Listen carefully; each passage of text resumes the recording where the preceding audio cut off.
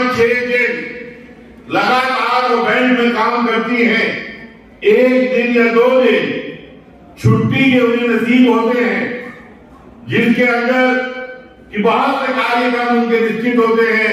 घर देखना है, बच्चों को देखना है, हस्बैंड को देखना है, इलाज को देखना है। फिर भी इतनी संख्या में आप सब लोगों का आज के इस मीटिंग में आने पर मैं आप सब लोगों का तहे दिल से शुक्रिया अदा करता हूं।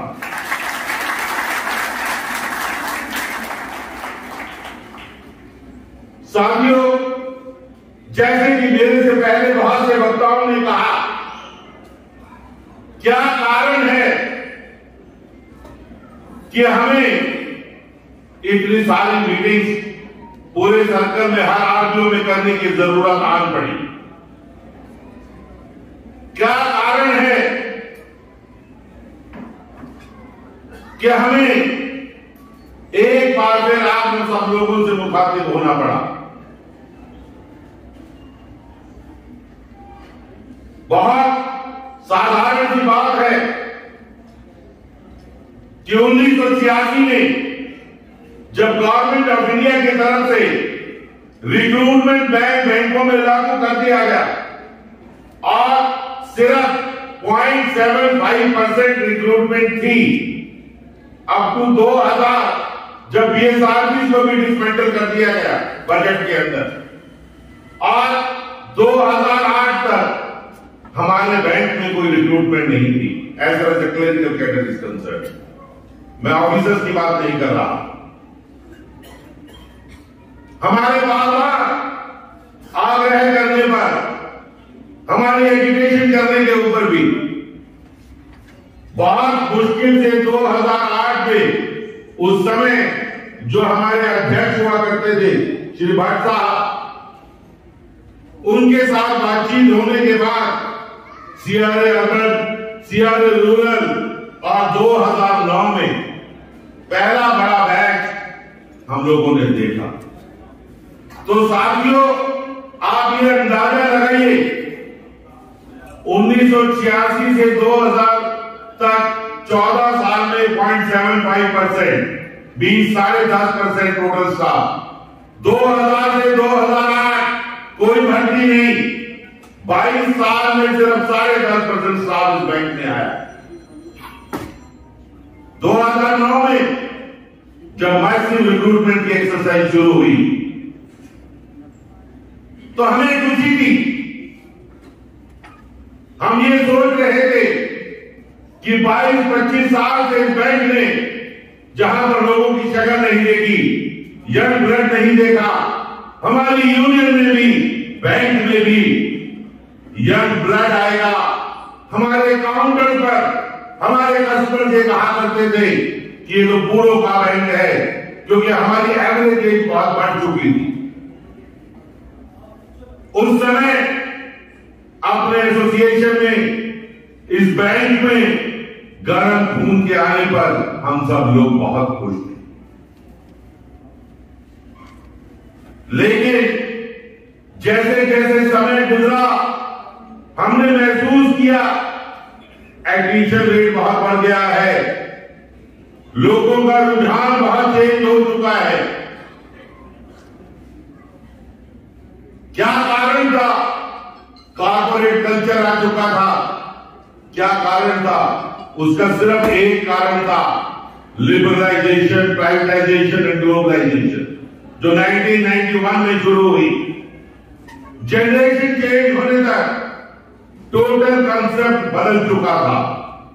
वर्ल्ड में कम्युनिज्म खत्म होने की कगार पर था।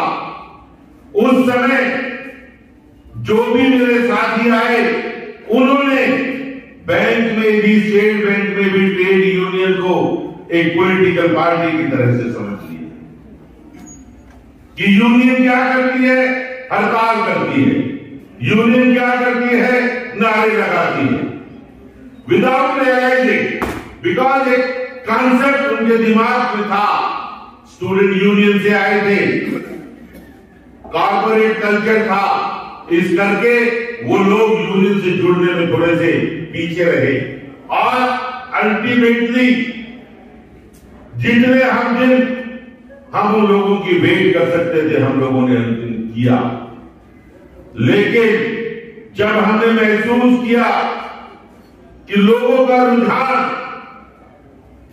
इस एसोसिएशन के प्रति नहीं है, लोगों का रुझान इस बैंक के प्रति नहीं है, कमिटमेंट नहीं है, अटैचमेंट नहीं है, तो हमें बाध्य होकर ये यूथ कन्वेंशन, ये जोनल कॉन्फ्रेंसेस का सहारा लेना पड़ा,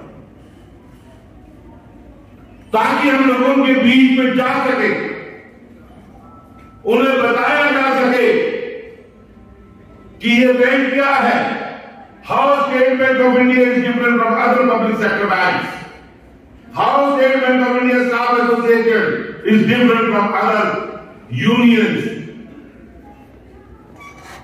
दोनों का जब तक डिफरेंस हमें नहीं पता लगा, जब तक हम लोगों को नहीं समझा सकेंगे, लोगों का रुझान इस बैंक में रुकने पर या इस एसोसिएशन को ज्वाइन करने पर नहीं रहेगा।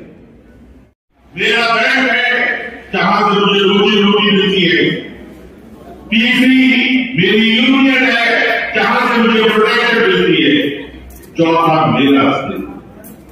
अगर ये नहीं रहेगा तो बैंक नहीं रहेगा, अगर बैंक नहीं रहेगा तो यूनियन नहीं रहेगी, अगर यूनियन नहीं रहेगी।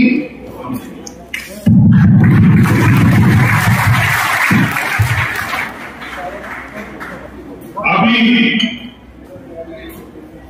2 साल पहले बजट के अंदर यूनियन फाइनेंस मिनिस्टर ने अनाउंसमेंट किया कि हम 2 पब्लिक सेक्टर बैंक के शेयर मार्केट में बेचने वाले, मेन उन्हें प्राइवेटाइज करने वाले।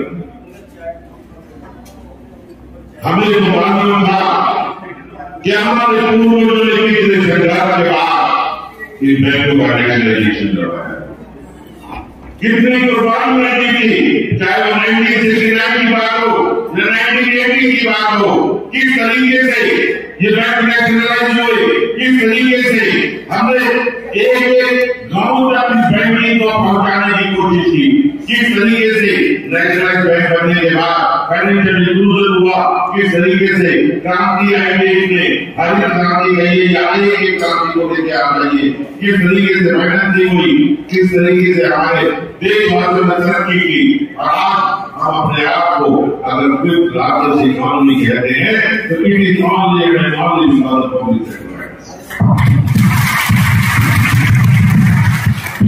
मुझे याद है 2008 के अंदर जब पहला ब्रेकडाउन पूरे हिंदुस्तान में नहीं पूरे वर्ल्ड में आया था, और हिंदुस्तान अकेला ऐसा देश था जो अछूता था उस ग्लोबल ब्रेकडाउन से, और वो था उसके लिए हमारे honourable prime minister doctor Manmohan Singh और ऑनरेबल फाइनेंस मिनिस्टर चिदंबरम साहब ने पार्लियामेंट में खड़े होकर कहा था, आज अगर भारत ग्लोबल ब्रेकडाउन की गिरफ्त में नहीं है, आज अगर हम अछूते हैं तो it is only and only because of public sector banks.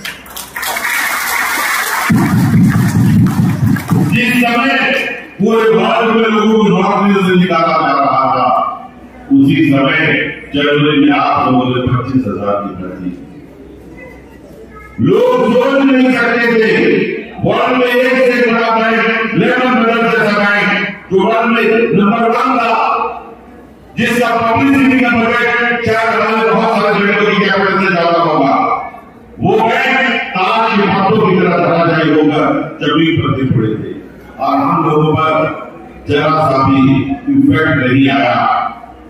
Corona आया, कोरोना ने सेंट्रल गवर्नमेंट के इवेंट्स का रिलीज कर दिया गया,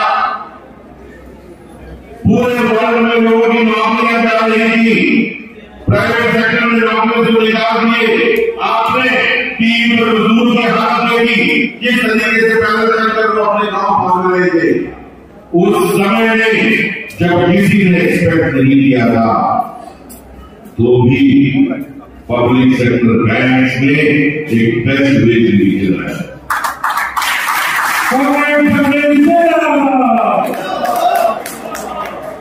आप इसी में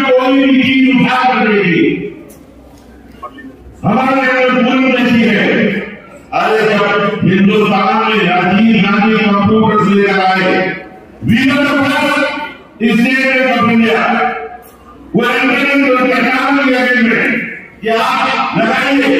जब मैंने हमारे मित्रों से बातचीत की कि हम कंप्यूटर लगाना चाहते हैं तो हमारा यही सवाल था कि आप बैंक में कंप्यूटर क्यों लाना चाहते हैं।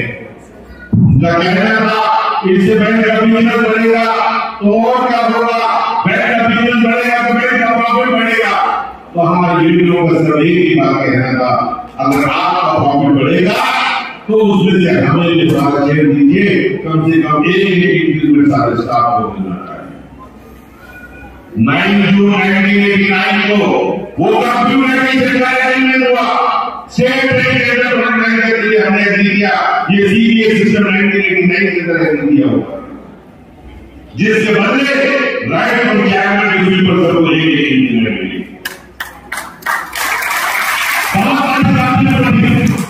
बहुत बड़ी यूनियन ने हमें कहा कि इन्होंने अपने आप को बैंक मैनेजमेंट के आगे बेच दिया, बैंक में भर्ती नहीं होगी, लोगों को रिटेन कर दिया जाएगा, लोगों को निराश किया जाएगा।